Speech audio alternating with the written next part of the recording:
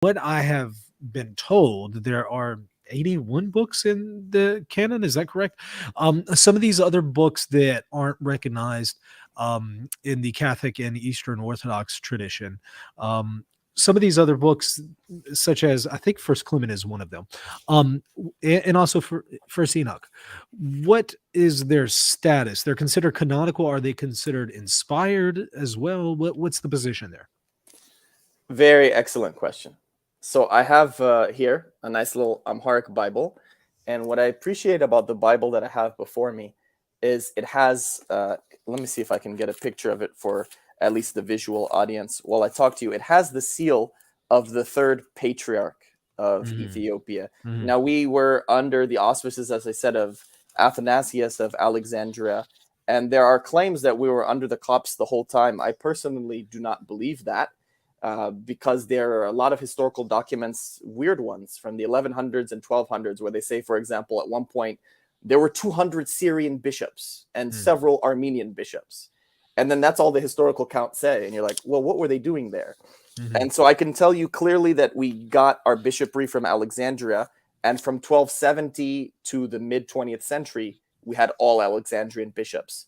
But the period roughly from the 600s AD through 1270, I think we would sometimes have Coptic bishops and sometimes have Syrian ones as well. Here's a signature down there of the third patriarch. His name is Abba Teklahaimanot. He's named after one of the saints recognized also in the Coptic tradition. So first, for your Catholic audience, in case they don't know, the difference between Protestantism and Catholicism and Orthodoxy in general, if I could speak of both Orthodox communions, is that the biblical canon is considered open. And that's a tricky matter because it's open doesn't mean we change the biblical canon every day. That's just not the case. But because it's open, there's no particular set canon that cannot be changed by a council of bishops, which is the Holy Synod. Like that's still on the table.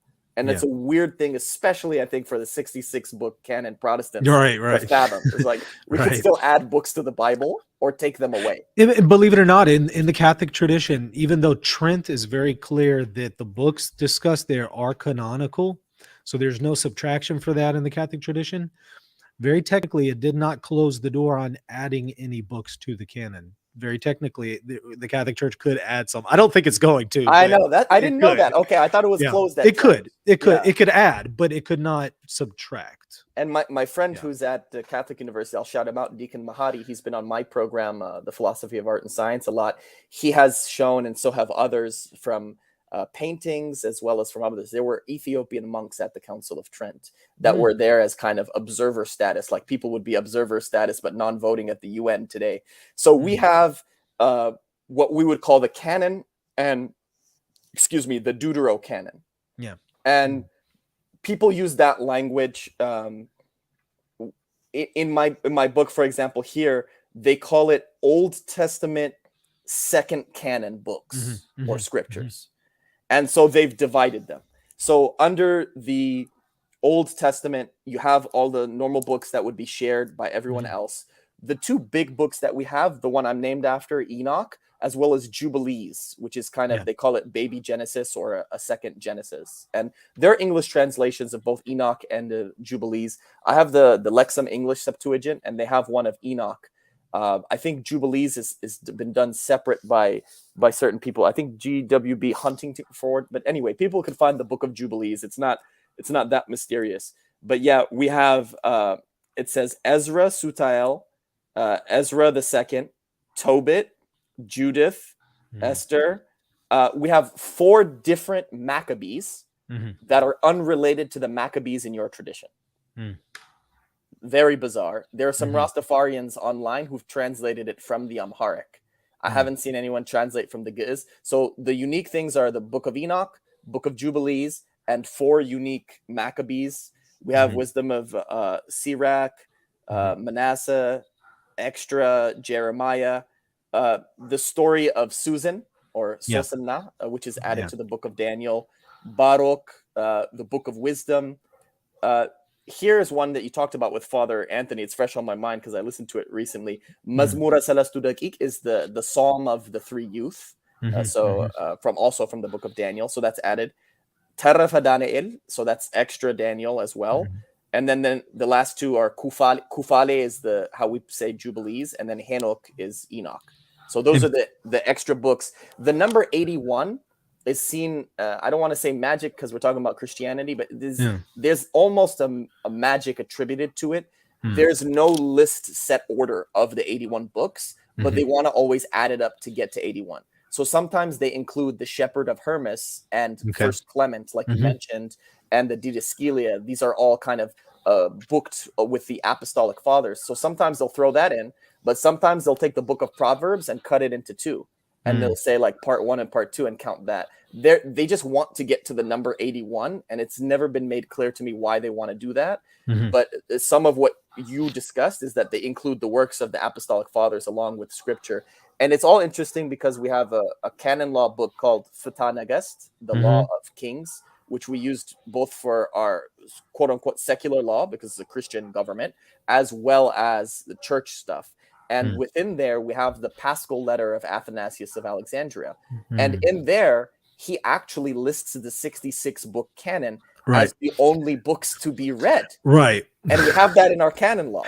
And we read that, and we have a school of interpretation, the Aksumite school of biblical interpretation, and they read these patristic texts. And so that's kind of a funny position. I don't know if you've run into that before. So I've run into that in his festal letter. I didn't know it was actually in your canon. We have it. Yeah, we have it in our canon, and he's the one who gave us the bishopry, so he should have a higher place, right, in our tradition. And we have a liturgy that's attributed to him as well. So my father confessor and other people that I have heard, the way they say it is read the deuterocanonical books at home, and we read these other things in church. For most intents and purposes, we read the Psalms and the New Testament in most church services except Holy Week. During Holy Week, which we call Samuna Hemamat, the week of sufferings, we read pretty much the entire Old Testament along with other extra scriptural texts, things like found in the Syriac tradition, a play between Abraham and Satan. There's another one which is a play, or really it's like a musical, between the thief or the criminal, the brigand on the right, and a cherub. And they argue back and forth about whether the thief on the right or the criminal on the right should be permitted entrance. And it's a really funny play that goes on. The Syriac tradition, I've seen it online, is about 15 minutes. Ours is extended play. It's like an hour long. Wow. Yeah, that's interesting. There's kind of a similar concept in Catholicism, but it is going to be a little distinct from that. Insofar as we do have a Deuterocanon, it is considered second canon, though it is going to be used liturgically. So you could read it liturgically, and those books are considered inspired, so they're considered God breathed, but it's still a Deuterocanon. It's still second canon. In other words, there's still tears among what we would consider God breathed. Kind of in the way that we would say there's a difference between Obadiah and the Gospel of John. I mean, both of them were inspired by God, but I think we recognize a difference there, right? At least in our use of it. So kind of a similar situation. And the Gospel of John is huge. So in the Ethiopian tradition, the way my parents learned how to read and write is they make you in Ge'ez, and I've heard the Greek tradition is similar partially, read First John, and then the Gospel of John, and then all of the Psalms of David. And they make you read it in 3 different melodies. The first is kind of childlike. They call it number. So you're like dancing on each letter.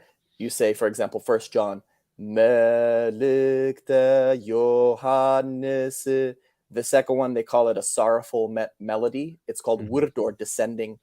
And they say, Melikta Johannes Hawaria, the word for apostle, that the Quran adopted. And the third one is called Kum, and it's funny. It's the one that we do poetry in. It's a little more flamboyant. They say, Melikta Johannes Hawaria wal Dezebdewas Kadamawi Nizenwa Kamu Banta Wetu Nagara Hiwet. And so they're supposed to do all those readings. Yeah. Imagine First John, Gospel of John, and then the Psalms of David, and it takes students between 3 and 5 years. My father finished in 3 years, Wow. and that acts as the traditional Ethiopian system of kindergarten, which is Oh, why I wow. said technically the church gave my dad kindergarten, and then he entered a British school. And my Wow. mom, she didn't finish. She kind of flunked out somewhere in the Psalms, but she began in that tradition. And traditionally, most people, that's like all the schooling they would get, which is like a hyper humanities training in kind of singing and reading and reciting, with no real math education or any STEM of any type. So that's interesting. And then what separates us from even the Syriac tradition, which I would say is the closest to us biblically, in the Syriac tradition, they do not read Revelation liturgically. On Pascha or on Easter, we read the entire book of Revelation every year. Wow. That's So there's awesome. John again. Yeah. Wow.